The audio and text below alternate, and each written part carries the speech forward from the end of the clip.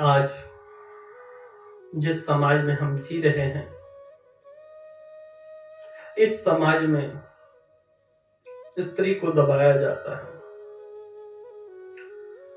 वास्तव में स्त्री और पुरुष में कोई अंतर नहीं है। स्त्री जो है पुरुष से अत्यधिक बलवान है,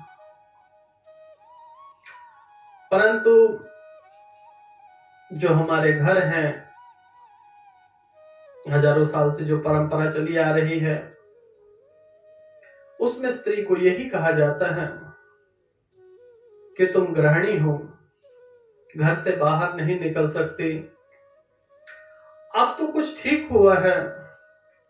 पहले के जमाने में अगर किसी पुरुष की मृत्यु हो जाए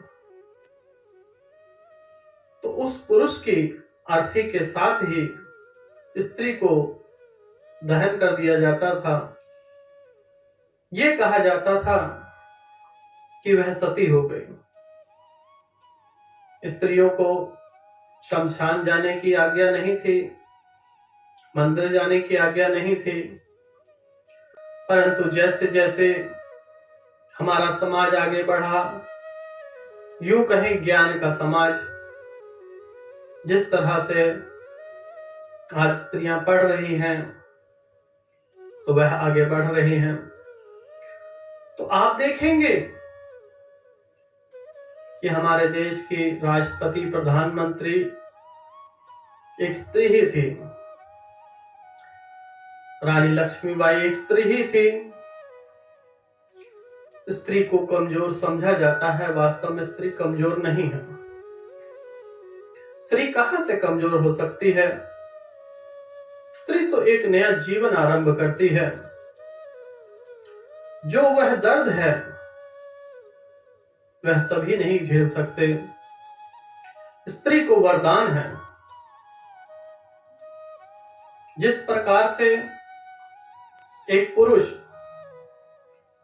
की तुलना एक कुत्ते के भांति है। पुरुष इधर उधर भटकता रहेगा, इधर उधर मुंह मारता रहेगा, परंतु स्त्री स्वच्छ रहती है। 99% आप देखेंगे कोई स्त्री विधवा हो जाए तो वह विवाह नहीं करेगी, परंतु अगर पुरुष की स्त्री मर जाए तो कुछ दिन के पश्चात ही वह अपना विवाह कर लेता है।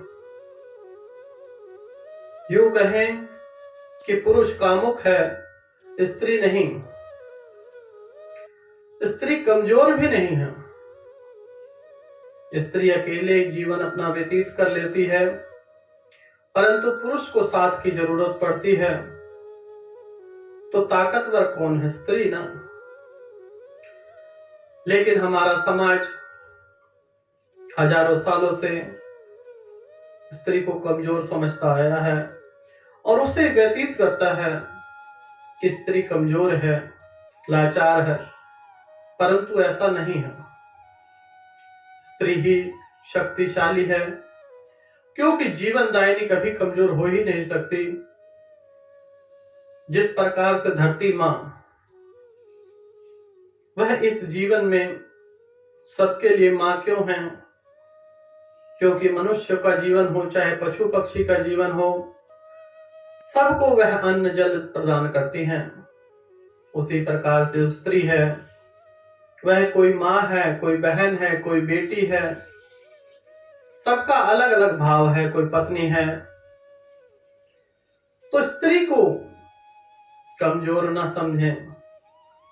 यह दुर्गा भी है, लक्ष्मी भी है, सरस्वती भी है। स्त्री ही शक्तिशाली है।